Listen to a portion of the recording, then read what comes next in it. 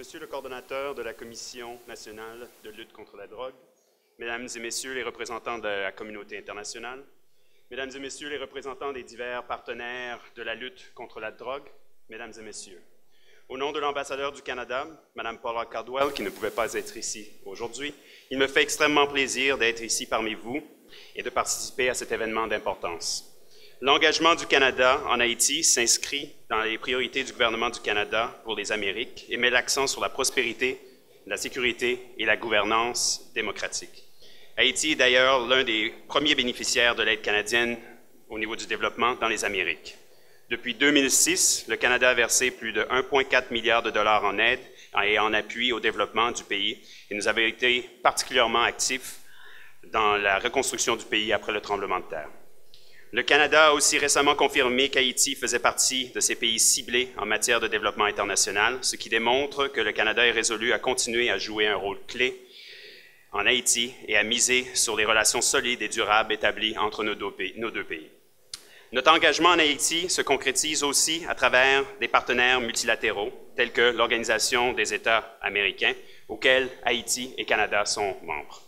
Entre autres, le Canada apporte son soutien au travail réalisé dans ce domaine par l'OEA, par l'intermédiaire de sa commission intra-américaine de lutte contre l'abus des drogues. Notre pays verse d'ailleurs une contribution volontaire annuelle à la CICAD qui lui permet de réaliser divers projets comme celui-ci aujourd'hui et des projets de recherche dans toute la région des Amériques, y compris en Haïti. Cette contribution d'aide, entre autres, à promouvoir les efforts de la Commission visant à renforcer les capacités des réseaux d'information sur les drogues dans les Caraïbes. Depuis plusieurs années, le Canada reconnaît l'utilité des réseaux d'information sur les drogues ainsi que leur rôle essentiel dans toute stratégie globale de lutte anti-drogue. Et l'importance de leur contribution a été démontrée dans plusieurs autres pays et de la région, tout particulièrement dans les Caraïbes. C'est grâce à ces ressources que la Commission nationale de lutte contre la drogue a pu réaliser une étude nationale sur le problème des stupéfiants dans les établissements d'enseignement en Haïti, dont les résultats seront dévoilés aujourd'hui.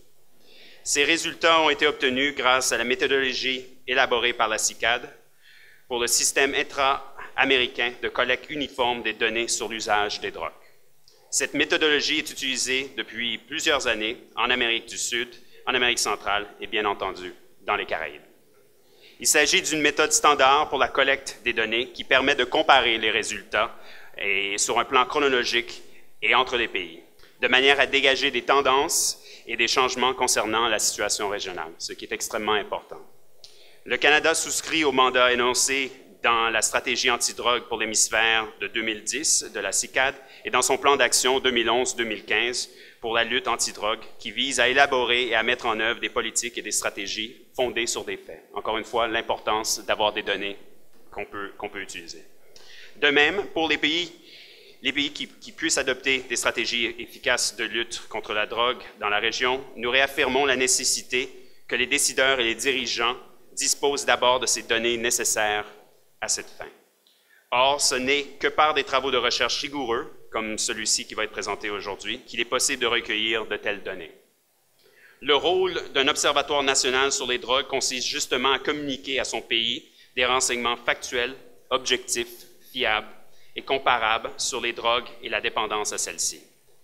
Cela implique donc nécessairement la collecte de données, l'analyse, l'interprétation de cette information, ainsi que la nécessité de rendre compte des résultats et de diffuser auprès d'un public national et international.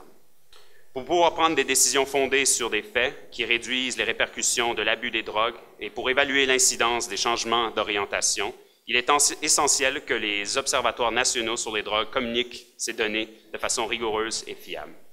Aujourd'hui, il sera question de l'usage des drogues et des comportements qui en découlent parmi les élèves qui fréquentent les écoles secondaires en Haïti.